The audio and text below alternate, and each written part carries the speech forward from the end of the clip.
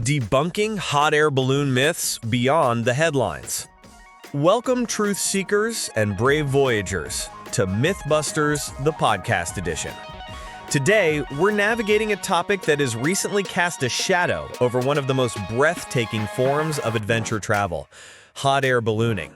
The skies, once symbols of freedom and wonder, have for some become tinged with fear, particularly after a series of tragic headlines. We're dedicating this episode to understanding what truly happened, how these majestic crafts actually work, and most importantly, to debunking the myths that emerge when fear overshadows fact. We'll be answering questions that have dominated searches. What happened in Praia Grande? How do hot air balloons work? Is hot air ballooning safe? And what are the hot air balloon safety regulations? Let's begin by reliving the event that shook many. The incident, Praia Grande, June 21, 2025. On Saturday, June 21, 2025, a beautiful morning in Praia Grande, Santa Catarina, Brazil, turned into a scene of unimaginable horror. This region, often lovingly called Brazilian Cappadocia for its dramatic canyon landscapes and bustling balloon tourism, was about to witness a tragedy. Around 8 a.m. local time, a hot air balloon carrying 21 people, including its pilot, caught fire. Reports indicate that the blaze originated from a backup torch located within the balloon's basket. Imagine the fear. The basket, packed with passengers hundreds of feet in the air, suddenly consumed by flames and billowing smoke. In a desperate attempt to save lives, the pilot initiated an emergency descent, bravely instructing passengers to jump. 13 individuals, including the pilot, managed to escape the burning basket, plummeting from the descending balloon. While these 13 survived, it was a terrifying leap into the unknown, many landing in swampy areas. But tragically, 8 people were unable to escape the inferno. Heartbreaking footage shared by local news captured the balloon, a vibrant spectacle moments before, now hurtling towards the ground, a fiery beacon of despair. Some social media videos even captured the horrific sight of individuals falling through the air as the fire spread. The human toll was devastating. Among the 8 fatalities, we learned of a 36-year-old figure skater, a 37-year-old physician and her 70-year-old mother, another 34-year-old physician, an agricultural engineer and her boyfriend, and a deeply involved Catholic couple, Janina and Everaldo.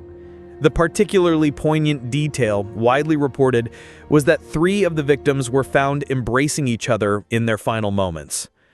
The balloon was operated by Sobrevoar, a company that asserted compliance with all safety regulations and claimed a clean accident record.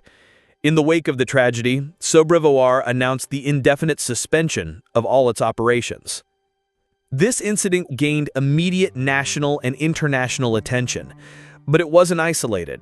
Just days prior, a hot air balloon crash in São Paulo state had claimed 1 life and injured 11 others. The proximity of these 2 tragedies in Brazil amplified public concern, leading to a surge in searches not just about the accident itself, but about the very nature of hot air ballooning. So let's address those burning questions directly. Myth 1. Hot air balloons are just uncontrolled bags of air. How do they really work? Many people, especially after seeing dramatic accident footage, might assume hot air balloons are little more than giant unpiloted balloons drifting aimlessly at the mercy of the wind. This is our first myth, that hot air balloons operate without precise control or understanding of physics. Let's break down how hot air balloons work. It's pure physics, beautifully applied. A hot air balloon isn't filled with compressed gas. Its massive fabric envelope, the balloon part, is filled with hot air. This hot air is lighter or less dense than the cooler air surrounding the balloon. This difference in density creates lift, allowing the balloon to rise, just like a cork floats in water. The pilot controls the balloon's vertical movement with remarkable precision. By firing the powerful burners fueled by propane, they heat the air inside the envelope, causing the balloon to ascend. To descend, they simply allow the air to cool or open a vent at the top of the envelope to release some hot air. Now for horizontal movement. Pilots don't steer a hot air balloon like an airplane. Instead, they cleverly use wind currents at different altitudes. By ascending or descending to specific heights, they can catch air currents blowing in different directions, allowing them to navigate across the landscape.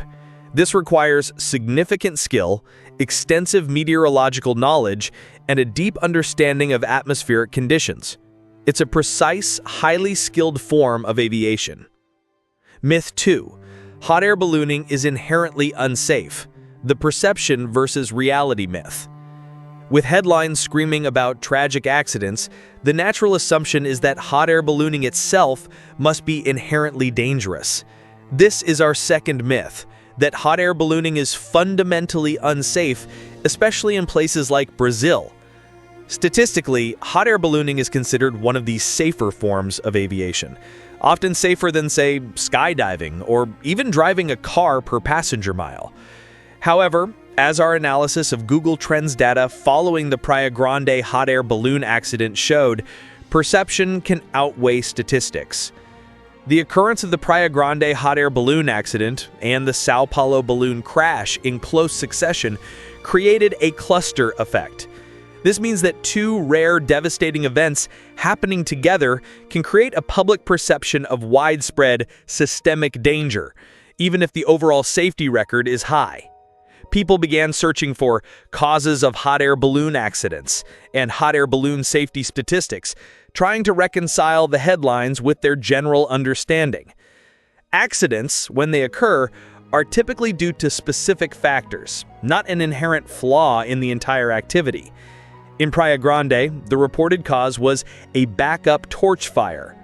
Other common causes for ballooning incidents globally might include sudden severe weather changes, pilot error, or equipment malfunction. These are addressed through strict hot air balloon safety regulations and thorough investigations. Verdict 2. Is hot air ballooning inherently unsafe? Myth busted. While any aviation activity carries risks, and recent events are devastating, the overall safety record of hot air ballooning generally holds up. The fear is real, but the blanket judgment of unsafe is largely a consequence of the cluster effect on public perception, rather than a statistical reality across all flights. Myth 3. Brazilian hot air balloon companies are all unreliable or unsafe. The trust crisis. After a high-profile tragedy, especially one involving a specific operator like Sobrevoar, there's often a third myth that takes hold. All companies operating in that region, or even the entire country, are unreliable or unsafe. We saw this reflected in searches for Sobrevoar company reviews and choosing a safe balloon company. While Sobrevoar did suspend operations and is under intense scrutiny, it's crucial to understand the broader industry. The Brazilian Cappadocia region in Praia Grande, despite hosting 600 flights a month, had no previous fatal accidents. This suggests that many, if not most operators, adhere to rigorous safety standards. A truly reputable hot air balloon company typically goes above and beyond minimum regulations. They feature transparent maintenance records, openly sharing information about how often their balloons and burners are inspected and serviced. Extensive pilot training and experience. Pilots undergo strict licensing, continuous training, and accumulate thousands of flight hours. Contingency planning. Detailed procedures for emergency landings, weather changes, and equipment malfunctions. Public accountability. Responding openly to incidents, cooperating with investigations, and demonstrating a commitment to improvement. This helps distinguish responsible operators from those who might cut corners. The immediate launch of investigations by Brazilian authorities, with results to be made public, is a critical step in addressing this trust crisis. These actions are designed to identify specific failures, hold accountable those responsible, and implement necessary enhancements to safety protocols. This helps distinguish responsible operators from those who might cut corners. So as we conclude this episode of Mythbusters, the podcast edition, remember this. The wonder of hot air ballooning, like any adventure, comes with inherent risks. But understanding how these magnificent machines work, recognizing the difference between perceived danger and statistical reality, and knowing what to look for in a reputable operator can help us navigate the skies of information with confidence. The tragedies in Brazil are real, and the lives lost are heartbreaking. But by seeking facts beyond the headlines, we can contribute to a more informed public discourse and support an industry committed to learning and improving.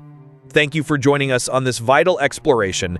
Stay curious, stay safe, and keep questioning.